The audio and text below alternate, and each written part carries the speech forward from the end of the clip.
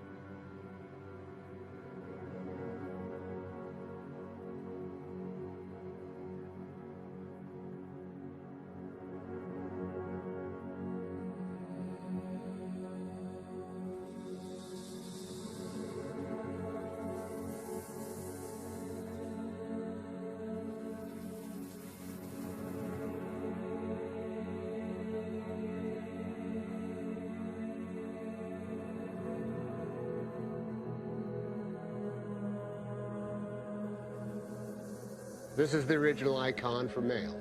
It's a rudimentary phallus. Quite to the point. Yes, indeed. It's known as the blade. It represents aggression and manhood. It's a symbol still used today in modern military uniform. Now, as you would imagine, the female symbol is its exact opposite. This is called a chalice. The chalice resembles a cup or vessel, or more importantly, the shape of a woman's womb. It is quite literally this ancient symbol of womanhood. And in this case, a woman who carried a secret so powerful that if revealed, it would devastate the very foundations of Christianity. You're saying the Holy Grail is a person? A woman? And it turns out that she makes an appearance right there. Theories. There are theories. Notice how Jesus and Mary are clothed. Mirror images of each other. The mind sees what it chooses to see. Mirror images of each other.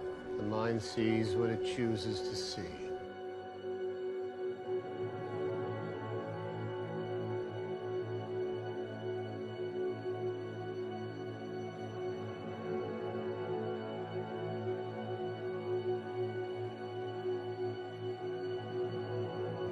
Mirror images of each other. The mind sees what it chooses to see. Now, my dear, the word in French for Holy Grail, Le Saint Graal. Middle English, Sangreal, of the original Arthurian legend. Now, as two words. Can you translate for our friend? Sang Real, it means royal blood. Witness the greatest cover-up in human history.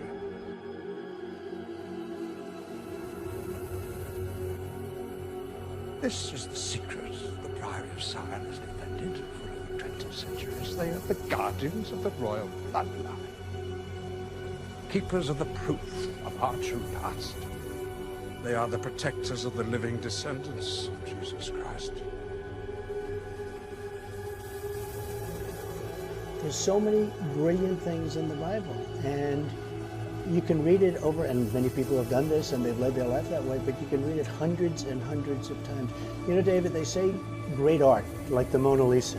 Some people, they look at it and it doesn't look as great at the beginning, and then they'll look at it. By the time they see it many, many times, it becomes the most, they can't take their eyes off it.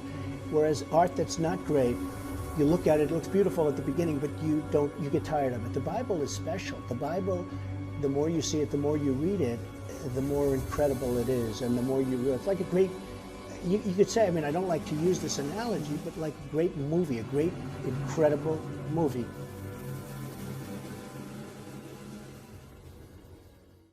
Ma, where are you? Oh, here I am. You're home? Home, I'm leaving. I've been here all the way.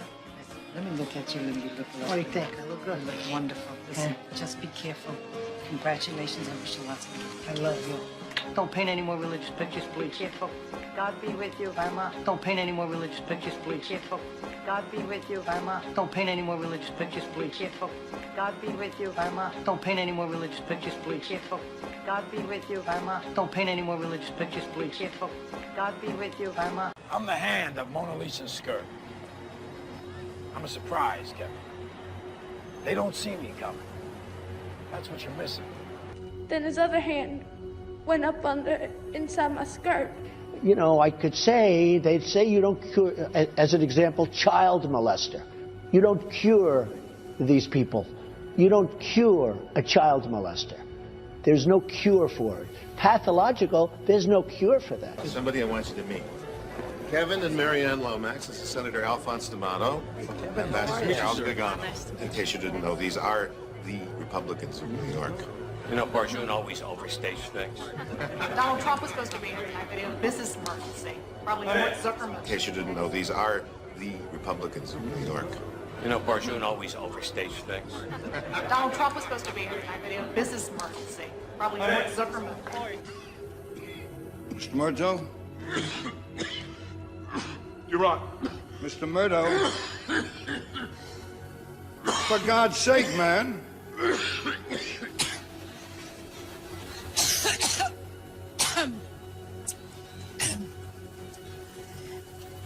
Every time I think about Trump, I get allergic.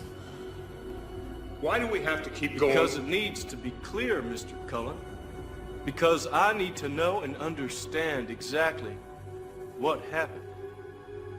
You're standing there. You look down. There's the gun.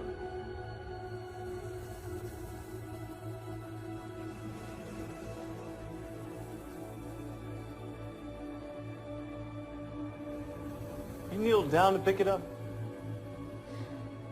You work late, you come home, you walk in, everybody's dead. It's not something you planned for. Stop. Back up. Two prints by the gun.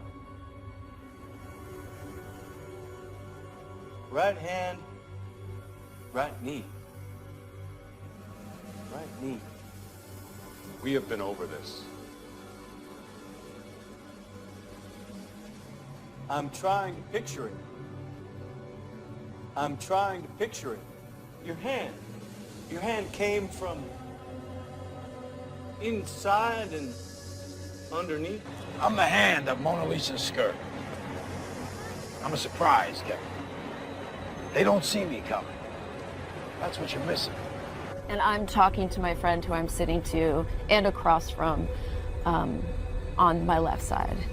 I'm very clear on this. This is the vivid part for me. So the person on my right, who unbeknownst to me at that time was Donald Trump, put their hand up my skirt. Your hand came from inside and underneath. I'm the hand of Mona Lisa's skirt. You ever ask God for forgiveness? That's a tough question. I don't think in terms of, I'm a religious person. Shockingly, because people are so shocked when they find this out. I'm Protestant, I'm Presbyterian. And I go to church and I love God and I love my church. And Norman Vincent Peale, the great Norman Vincent Peale was my pastor. The Power of Positive Thinking. Everybody's heard of Norman Vincent Peale. He was so great. He would give a sermon you never wanted to leave. Sometimes we have sermons, and every once in a while we think about leaving a little early, right, even though we're Christian. Dr. Norman Vincent Peale, Frank, would give a sermon. I'm telling you, I still remember his sermons. It was unbelievable. And what he would do is he'd bring real-life situations, modern-day situations, into the sermon.